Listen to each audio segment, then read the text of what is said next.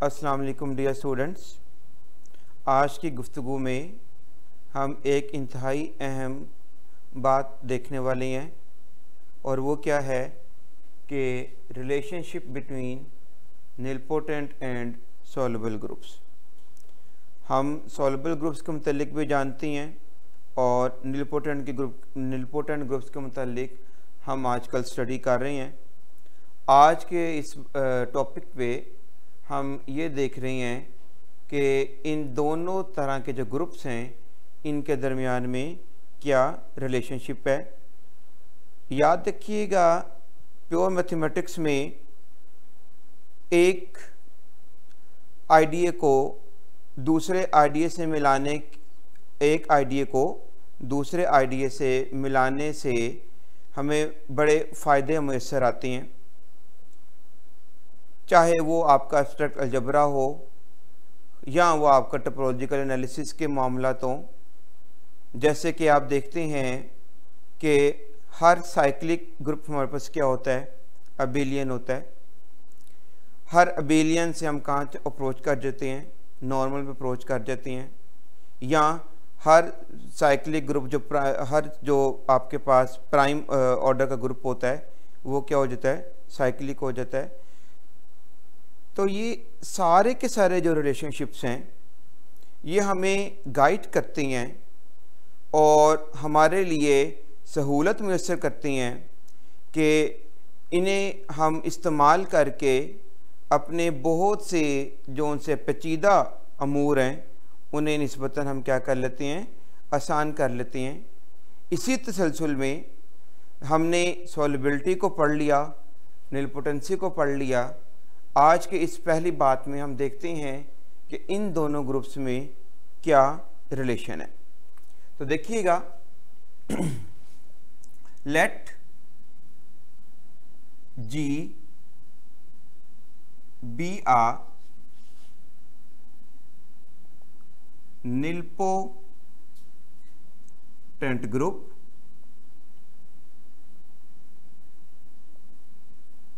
जी हमारे पास क्या है, निलपोटेंट ग्रुप है।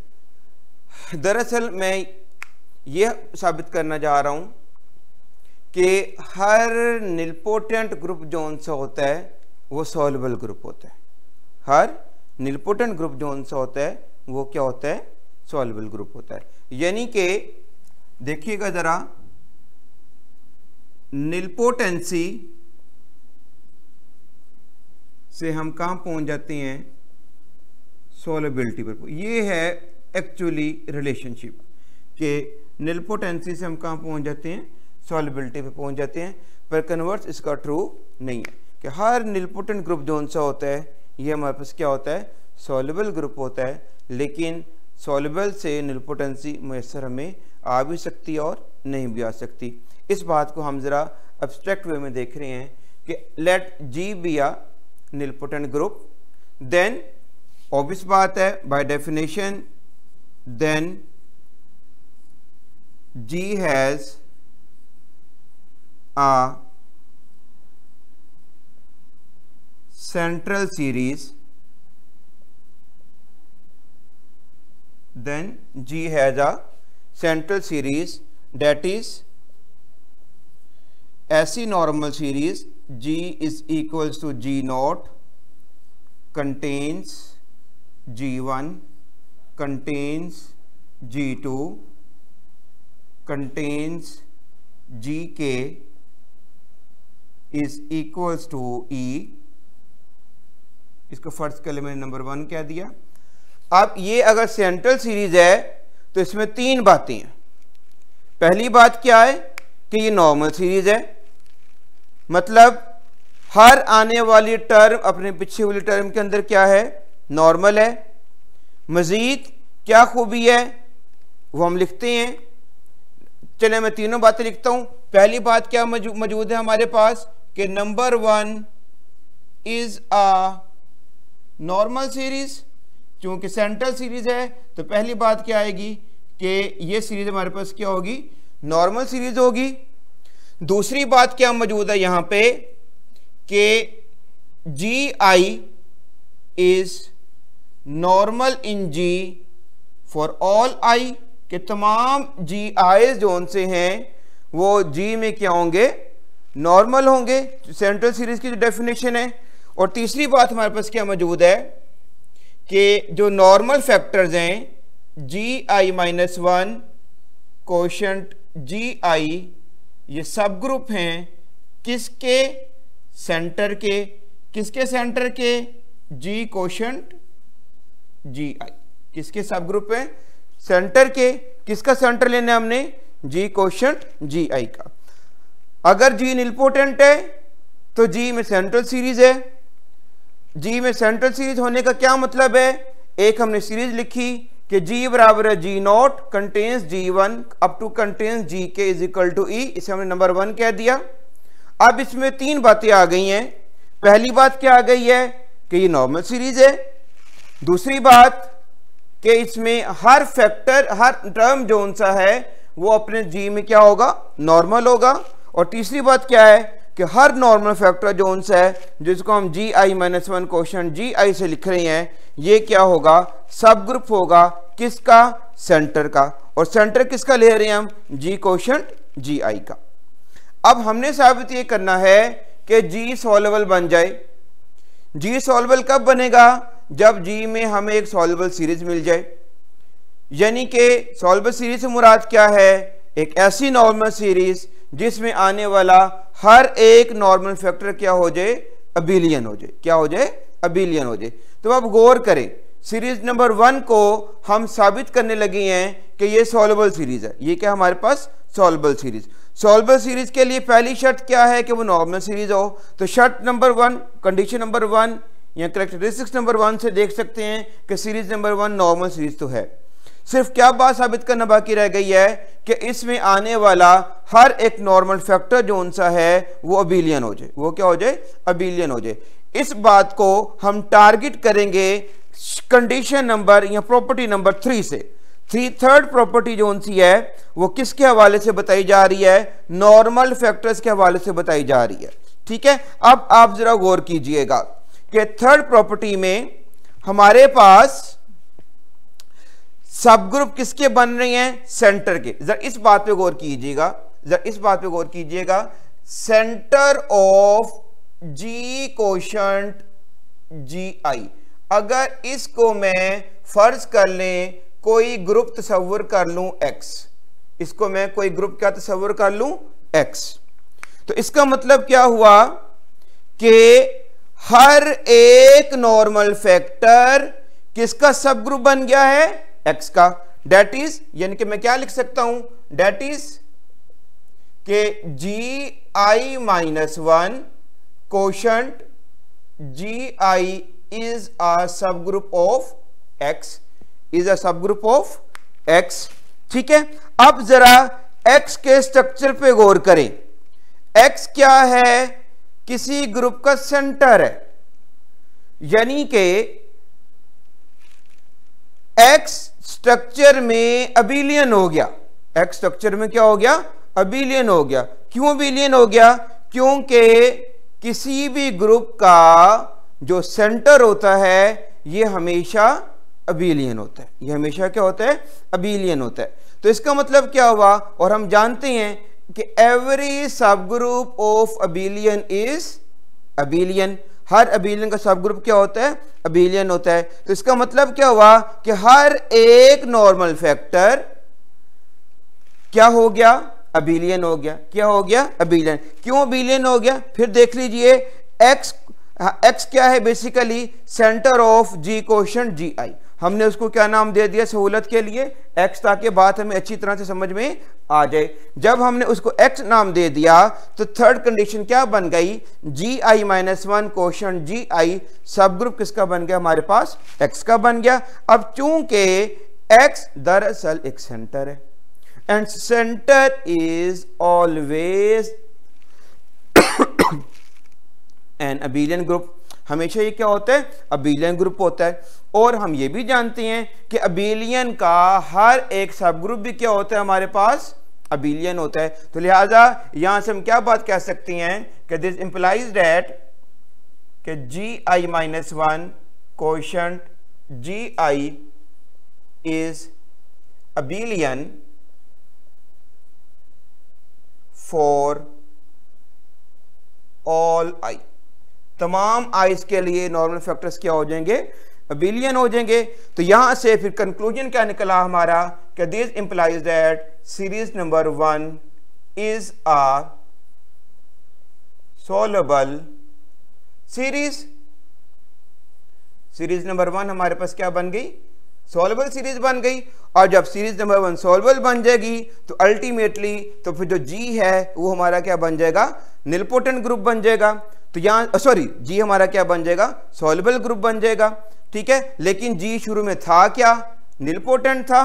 इन आर्गुमेंट्स के जरिए हमें क्या पता चल रहा है कि जी हमारे पास क्या बन गया, सॉल्वेबल बन गया। तो नतीजतन रिलेशनशिप क्या मिला हमारे पास कि हर एक निलपोटेंट ग्रुप क्या होगा, सॉल्वेबल ग्रुप होगा। हर एक निलपोटेंट ग्रुप क्या होगा, सॉल्वेबल होगा। तो यहां से हमें अप्रोच करने में क्या आसानी हो गई कि जब कभी हमें किसी ग्रुप की निलपोटेंसी पता चल जाए, जैसे कि हमने कल पढ़ा, एग्जांपल्स में पढ़ा कि हर साइक्लिक ग्रुप निलपोटेंट होता है, हर आपके पास अबेलियन ग्रुप निलपोटेंट होता है, थर्ड क्लास में कोई भी निलपोटेंट नहीं है, फोर्थ क्लास में आपके पास क्या आ रहा है, A3 जोन सा होता है वो क्या होता है, निलपोटेंट होता है। ऐसे डाइहाइड्रल के मुतालिक बात की तो जोन सा ग्रुप निलपोटेंट हो गया, उसमें अब सॉल्वेबिलिटी को अलहदा से स्टडी करने की जरूरत नहीं है, ऑटोमेटिकली हमारे पास क्या होगा, सॉल्वेबल ग्रुप होगा, ठीक है। बिल्कुल इस तरह से जैसे जब कभी हमें पता चल जाए कि ये ग्रुप साइक्लिक है तो ऑटोमेटिकली ग्रुप क्या हो जाता है, आपके पास अबेलियन हो जाता है,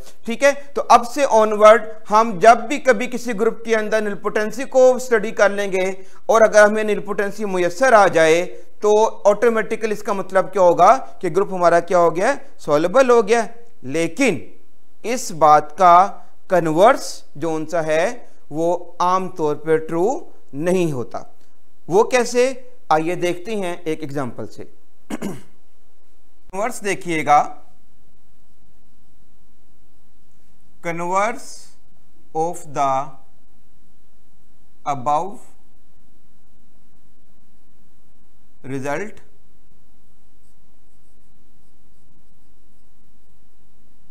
ये क्या बनता है हमारे पास कि every soluble group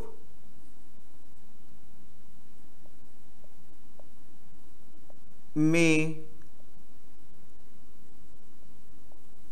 not be nilpotent, कि हर सॉल्वेबल ग्रुप जोन सा है वो जरूरी नहीं है कि निलपोटेंट हो। देखिएगा जरा इसकी example,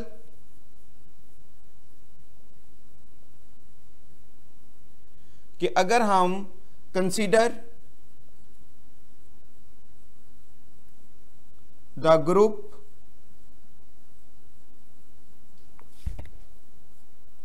S3, consider the group S3।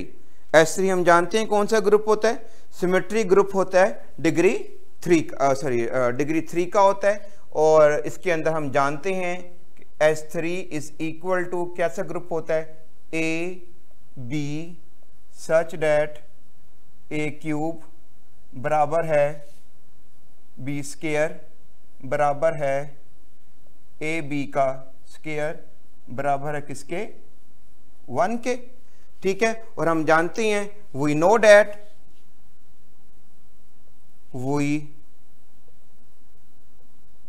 That हम क्या जानते हैं, S3 इज सॉल्वेबल। S3 हमारे पास क्या होता है, सॉल्वेबल होता है।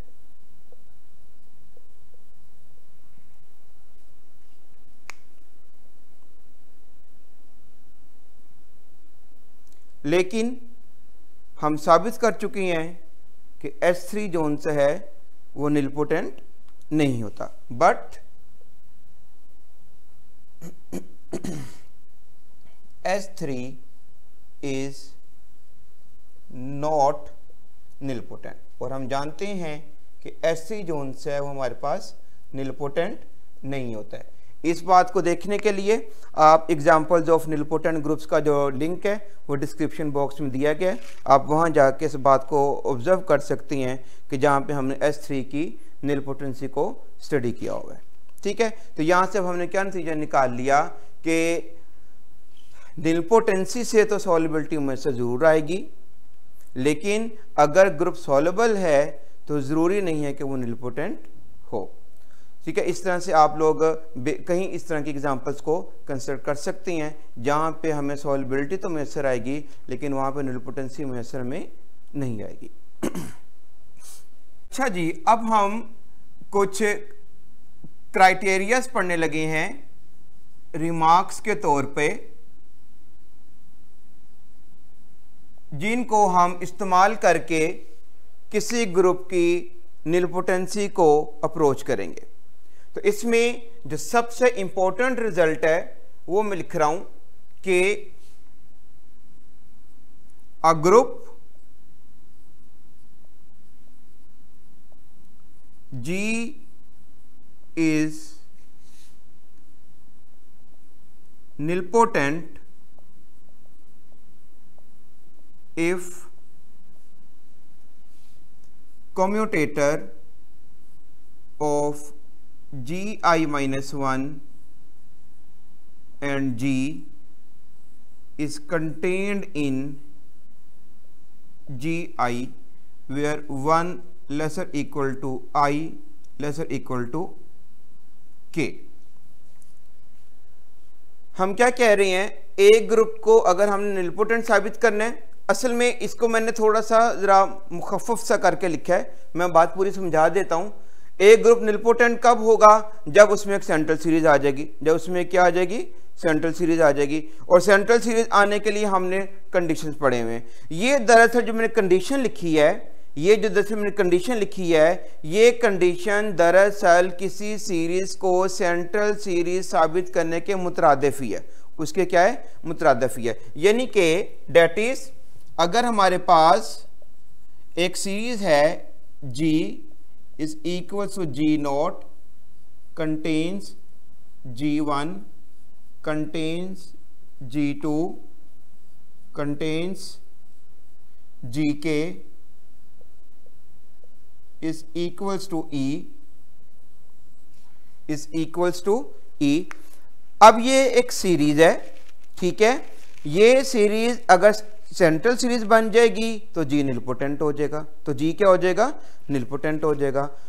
अब हम क्या कह रहे हैं कि अप्रोच कैसे कर रहे हैं, G की निलपोटेंसी को अप्रोच कैसे कर रहे हैं कि अगर ये वाले कम्यूटेटर्स इस कंडीशन को सेटिस्फाई कर दें तमाम आइज के लिए, तमाम आइज के लिए, जैसे कि मिसाल के तौर पर अगर I हम लेते हैं इसमें 1, अगर हम I क्या लेते हैं, 1 लेते हैं, तो हम क्या कहना चाह रहे हैं कि G0 और G का जो कम्यूटेटर है ये किस में कंटेन करे, हमारे पास G1 में, किस में कंटेन करे, G1 में। जाहिर बात है I में जब हम 1 पुट करेंगे तो क्या आ जाएगा, I1 माइनस 1 क्या हो जाएगा, G0, और G का कम्यूटेटर किस में कंटेन करे, G1 में। ऐसे I2 के लिए, I3 के लिए अब हम जाते जाएंगे। ठीक है, ये वाली कंडीशंस का ट्रू होना दरअसल इस बात को कंफर्म करता है कि ये वाली सीरीज हमारी सेंट्रल सीरीज है, ये वाली सीरीज हमारी क्या है, सेंट्रल सीरीज है। और जब ये सीरीज सेंट्रल हो जाएगी तो इसका फायदा क्या होगा कि G हमारा क्या हो जाएगा, निलपोटेंट हो जाएगा। तो हम आम तौर पे इस कंडीशन को या इस क्राइटेरिया को इस्तेमाल करेंगे किसी भी ग्रुप की निलपोटेंसी को अप्रोच करने के लिए। यानी कि सादा जुबान में हम निलपोटेंट ग्रुप्स को, आपने सॉल्युबिलिटी के अंदर भी ये बात ऑब्जर्व की होगी कि वहाँ पर भी हमने सॉल्वेबिलिटी को अप्रोच करने के लिए अपने काम को आसान बनाया था। किसके ज़रिए बनाया था? कम्यूटेटर्स के थ्रू बनाया था। यहाँ पर भी हम यही काम करेंगे कि किसी भी ग्रुप की निलपोटेंसी को प्रूव करने के लिए हम जिस रिज़ल्ट का मुतवातर इस्तेमाल करेंगे वो रिज़ल्ट हमारे पास ये वाला होगा कि हम अब जी की निलपोटेंसी को साबित करने के लिए हम ये साबित नहीं करेंगे कि ये सीरीज सेंट्रल बन जाए, बल्कि इसके बजाय हम इस कम्यूटेटर वाली कंडीशन को क्या करेंगे? सेटिस्फाई करेंगे। इसी रिजल्ट के ज़रिए हम जो सा है वो अपना जैसे जितने भी निलपोटेंट ग्रुप्स के हमारे मेन फीचर्स हैं, जैसे उसका सब ग्रुप ऑफ निलपोटेंट ग्रुप के मुतालिक बात करनी होगी, फैक्टर ग्रुप के मुतालिक बात करनी होगी, और इस तरह के जो दीगर प्रॉपर्टीज़ आएंगी उनके मुतालिक बात करनी होगी। तो उनमें हम ज़्यादातर इस्तेमाल जो सा है इसी कंडीशन का करेंगे जिसके ज़रिए हम ग्रुप की निलपोटेंसी को अप्रोच करेंगे। अभी तक हमने जितनी गुफ्तगू की है ग्रुप को निलपोटेंट साबित करने के लिए, तो इसमें हमने अभी तक जितने भी क्राइटेरियाज पढ़े, जैसे सेंट्रल सीरीज़ की बात की, लोअर सेंट्रल सीरीज़ की बात की, या जैसे अभी हमने जो रिमार्क देखा था जिस क्राइटेरिया को हम यूज़ करेंगे, इन तमाम कामों के अंदर हम जी के सब ग्रुप्स को डील कर रहे हैं, जी के सब ग्रुप्स को डील कर रहे हैं। आइए अब एक और क्राइटेरिया देखते हैं जी को निलपोटेंट साबित करने का, लेकिन अब की बार हम जी के सब ग्रुप्स की बजाय जी के एलिमेंट्स के ऊपर काम करेंगे। तो ये भी एक बड़ा इंपॉर्टेंट रिमार्क है। रिमार्क नंबर 2 क्या लीजिए? A group G is nilpotent if and only if, गौर कीजिएगा, commutator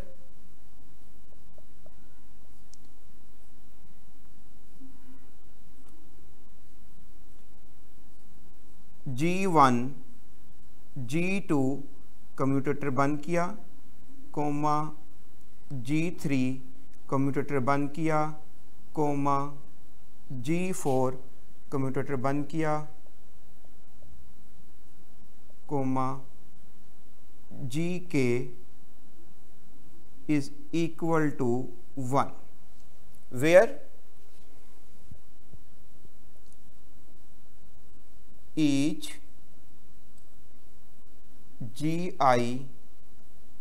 belongs to capital G and 1 is the identity element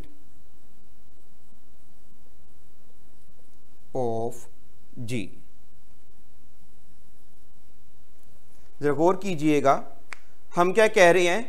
group nilpotent होगा if and only if sequence of commutators बना रहे हैं। हम क्या बना रहे हैं? सीक्वेंस ऑफ कम्यूटेटर्स बना रहे हैं। किसका? ग्रुप के एलिमेंट्स का, ग्रुप के एलिमेंट्स का। और क्या कह रहे हैं कि अगर sequence of commutators of these elements किसको इमर्ज करे या किसकी तरफ कन्वर्ज करे या किसके बराबर आए? 1 के। और 1 क्या है? ग्रुप की आइडेंटिटी। ग्रुप की क्या है? आइडेंटिटी है। तो हम कहते हैं कि ग्रुप हमारे पास क्या हो जाता है? निलपोटेंट हो जाता है। मतलब हम क्या करेंगे कि अभी इसकी मैं एक एग्जांपल भी करवा के आपको समझाता हूं कि इस क्राइटेरिया को हम कैसे अप्लाई करेंगे। हमने क्या करना है कि पहले 2 एलिमेंट लिए, उनका हमने कम्यूटेटर निकालना है, उसका जो आंसर आएगा और वो आंसर 1 आना चाहिए। वो आंसर क्या आना चाहिए? 1 आना चाहिए, या ऐसा आंसर आना चाहिए या ऐसा एलिमेंट आना चाहिए जो बेसिकली सेंटर का एलिमेंट हो। जो किसका एलिमेंट हो? सेंटर का एलिमेंट हो। क्यों? क्योंकि आप जानते हैं कम्यूटेटर से मुराद, कम्यूटेटर की एक प्रॉपर्टी हमने पढ़ी हुई है इसके अंदर कि अगर ए और बी का कम्यूटेटर ई के बराबर आ जाए, किसके बराबर आ जाए? ई के बराबर आ जाए, तो ए और बी आपस में क्या करती हैं? कम्यूट करती हैं। अब यहां पर ई का किरदार कौन अदा कर रहा है? 1। अब हम क्या कह रहे हैं कि आपने सबसे पहले G1 और G2 का कम्यूटेटर निकालना है। इसका जवाब क्या आना चाहिए? इसका जवाब या तो आए 1 यानी कि आइडेंटिटी आए, या क्या जवाब आए, ऐसा एलिमेंट आंसर में आए जो दरअसल, फर्ज कर लें उस आंसर को मैं x कहता हूं दरअसल, और वो आंसर x ऐसा एलिमेंट हो जो दरअसल G के सेंटर को बिलोंग करता हो, जो किसको बिलोंग करता हो, G के सेंटर को बिलोंग करता हो। क्यों? क्योंकि इन्हीं दोनों सूरतों में जो भी आंसर आएगा उसका कम्यूटेटर जब हम G3 के साथ लेंगे तो वो हमारे पास या 1 आएगा या फिर वो हमारे पास क्या आएगा, ग्रुप का सेंटर का एलिमेंट आएगा, और इस सिलसिले को हमने बढ़ाते जाना है। और जब G के सारे एलिमेंट्स हम जो से उसमें इस्तेमाल कर लेंगे तो आखिरी आंसर किसके बराबर आना चाहिए, 1 के बराबर आना चाहिए। अगर हमें ऐसी बात मुयस्सर आ जाती है तो हम कहते हैं कि G हमारे पास क्या है, निलपोटेंट है। इस बात को जरा फिर दोबारा से अंडरस्टैंड कर लें। हम क्या करेंगे, G की निलपोटेंसी को स्टडी करने के लिए अब हम इस क्राइटेरिया के अंदर एलिमेंट्स के थ्रू जा रहे हैं और एलिमेंट्स को हम इस्तेमाल कर लेंगे थ्रू कम्यूटेटर्स। इसका मतलब ये हुआ कि इस रिजल्ट को समझने के लिए, इसकी थीम को अंडरस्टैंड करने के लिए हमें कम्यूटेटर्स की प्रॉपर्टीज का जानना बहुत ज़रूरी है। उसमें एक प्रॉपर्टी तो मैं आपको बता देता हूं कि A और B का कम्यूटेटर हमेशा आइडेंटिटी के अगर बराबर हो तो इसका मतलब क्या होता है कि A और B आपस में क्या कर रहे हैं, कम्यूट कर रहे हैं।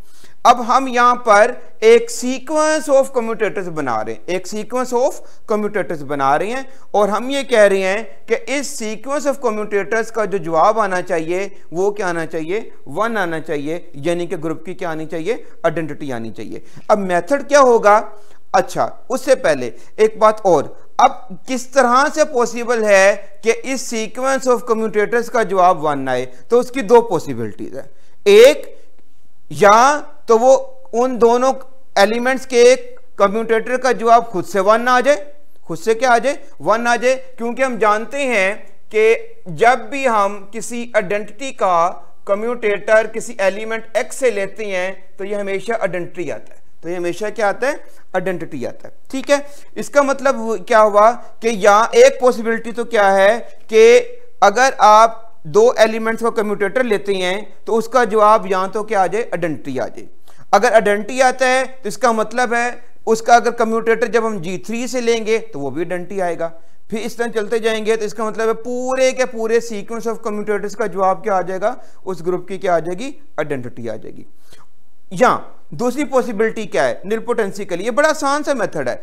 दूसरी पॉसिबिलिटी क्या है कि अगर फर्ज कर लें उस एलिमेंट्स का जोन सा कम्यूटेटर का आंसर है वो आइडेंटिटी नहीं आता, तो फिर क्या आना चाहिए, फिर क्या आना चाहिए, तो फिर ऐसा एलिमेंट आना चाहिए जो कि G के सेंटर का एलिमेंट हो, जो कि G के सेंटर का क्या हो, एलिमेंट हो। उसका फायदा क्या होगा हमें, जाहिर बात है कि जो एलिमेंट G के सेंटर में होगा वो G के सारे एलिमेंट से कम्यूट करेगा, G के सारे एलिमेंट से क्या करेगा, कम्यूट करेगा। और जब वो G के एलिमेंट के साथ कम्यूट करेगा तो नतीजतन कम्यूटेटर प्रॉपर्टी के रूल से उनका आंसर क्या आ जाएगा, आइडेंटिटी आ जाएगा, उनका आंसर क्या आ जाएगा, आइडेंटिटी आ जाएगा। तो इस सूरत के अंदर भी हमारे पास जो सीक्वेंस ऑफ कम्यूटेटर्स का कुल आंसर आएगा वो किसके बराबर आएगा, 1 के बराबर आएगा। और अगर ऐसी सूरत हाल हमें मुयस्सर आ जाए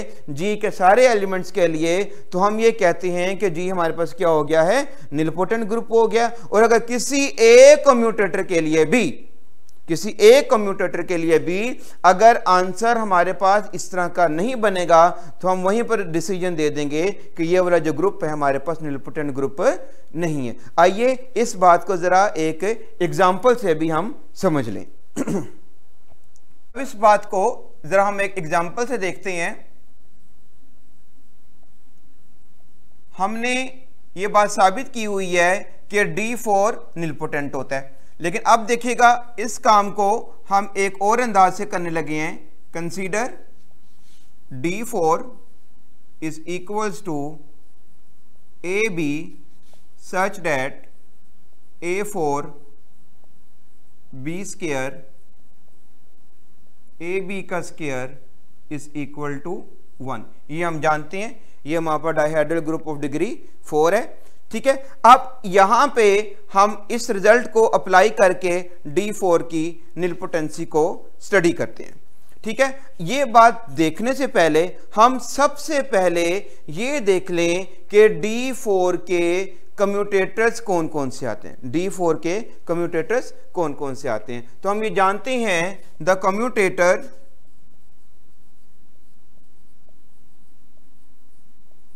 commutators of D4 are either 1 और A²। हम ये बात जानते हैं कि हम जब भी D4 में किसी भी दो एलिमेंट का कम्यूटेटर निकालते हैं, यहां तो जवाब 1 आता है, यहां जवाब हमारे पास क्या आता है, A² आता है। यहां जवाब 1 आता है, यहां जवाब हमारे पास क्या आता है, A² आता है। ठीक है, अब आप जरा गौर करें।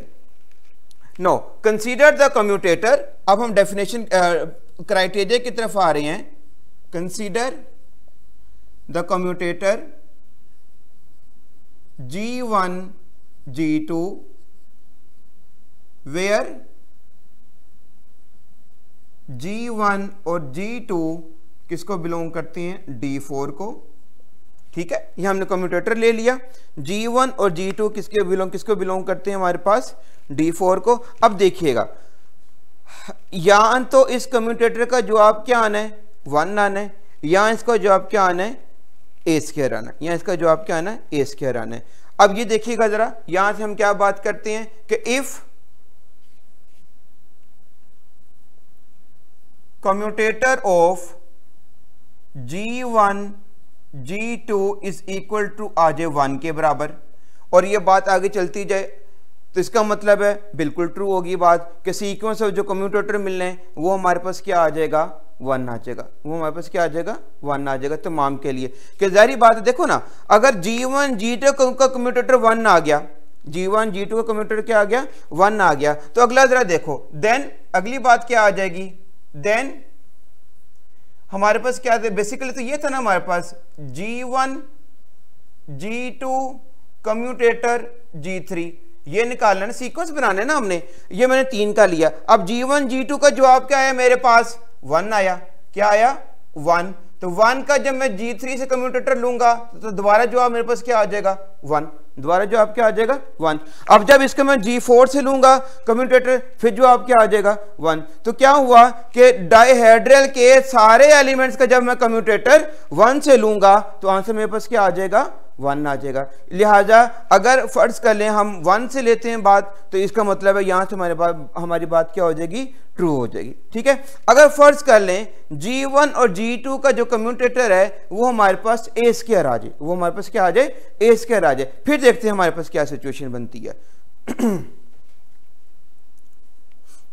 ऐसे दो एलिमेंट से बात शुरू करें कि G1 और G2 जिनका कम्यूटेटर का आंसर A² आ जाए, कम्यूटेटर का आंसर क्या आ जाए, A² आ जाए। और अब आप जानते हैं कि A² D4 के सेंटर का एलिमेंट है। A² D4 के A² D4 के सेंटर का एलिमेंट है। ये बात मैं चलिए लिख भी देता हूं, वेयर समझाने के लिए, वेयर A² किसको बिलोंग करता है, सेंटर ऑफ D4 को।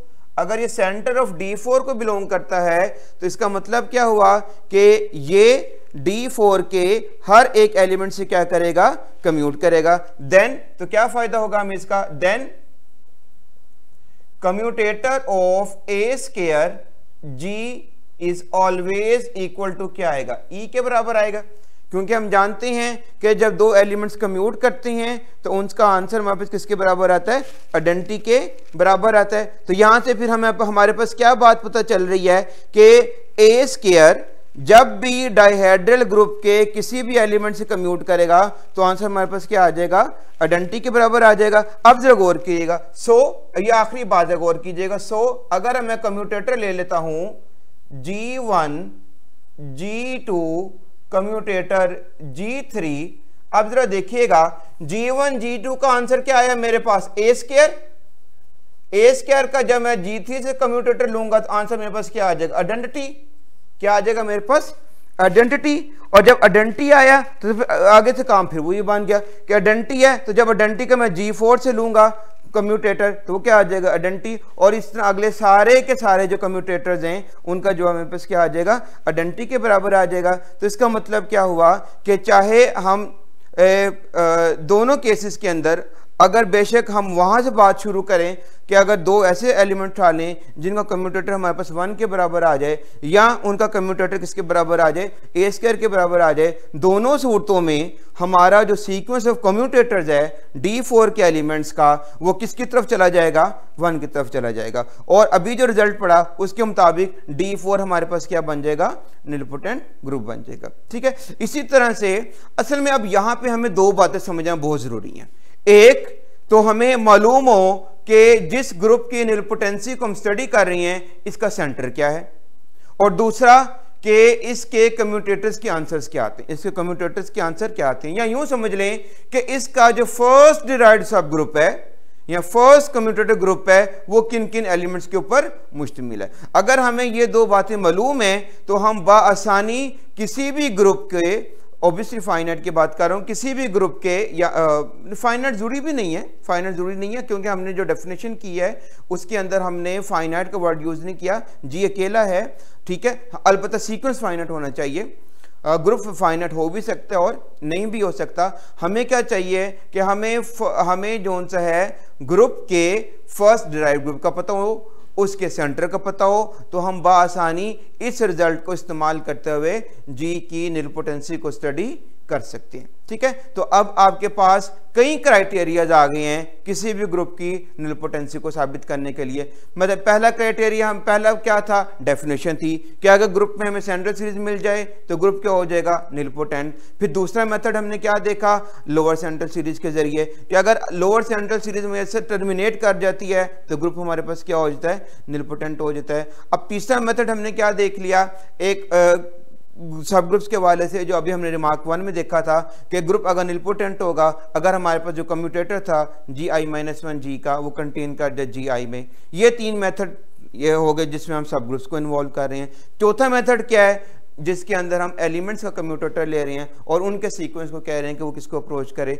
1 को अप्रोच करे, तो फिर हम इसको कहते हैं कि ये हमारे पास क्या बन जाता है निलपोटेंट ग्रुप बन जाता है। ठीक है, अब हम नेक्स्ट टाइम जो सा है इस निलपोटेंट ग्रुप को इनकी कुछ प्रॉपर्टीज को साबित करने के लिए काम करेंगे, और इस काम को करने के लिए हम इन रिजल्ट्स में से किसी न किसी रिजल्ट को इस्तेमाल करेंगे।